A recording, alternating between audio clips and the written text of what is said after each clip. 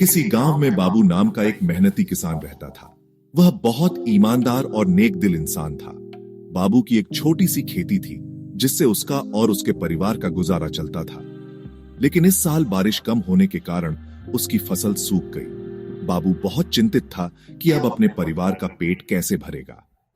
एक दिन बाबू खेत में बैठा उदास था कि अचानक एक बूढ़े साधु ने आकर कहा, बेटा चिंता मत करो, जंगल के बीचों बीच एक रहस्यमयी पेड़ है। उस पेड़ का एक फल तुम्हारी गरीबी दूर कर सकता है, लेकिन याद रहे उस पेड़ तक पहुंचना आसान नहीं है। बाबू ने साधु को प्रणाम किया और अगले ही दिन सुबह जंगल की ओर चल पड़ा। जंगल घना और डरावना था। चलते चलते उसे कई जानवर मिले, लेकिन बाबू ने हिम्मत नहीं हारी। रास्ते में उसे एक घायल हिरण मिला जो दर्द से कराह रहा था। बाबू को उस पर दया आ गई। उसने अपने पास की पोटली से कुछ औषधि निकाली और हिरण के घाव पर लगा दी। तुम बहुत दयालु हो किसान, मेरी मदद के लिए धन्यवाद। मैं तुम्हें रहस्यमयी पेड़ तक पहुंचने का रास्ता दिखाऊंगा। बाबू खुश हो गया और हिरण के पीछे पीछे चल पड़ा। कुछ देर बाद वे एक बड़े सुनहरे पेड़ के पास पहुंचे।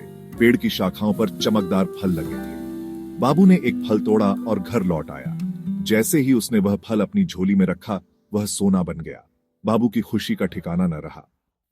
बाबू ने अपनी ईमानदारी और दयालुता से न केवल अपनी गरीबी दूर की, बल्कि गांव के अन्य जरूरतमंद लोगों की भी मदद की। वह हमेशा याद रखता था कि दूसरों की भलाई करना ही सच्ची दौलत है। इस कहानी से हमें यह सीखने को मिलता है कि दया और ईमानदारी हमेशा फल देती है।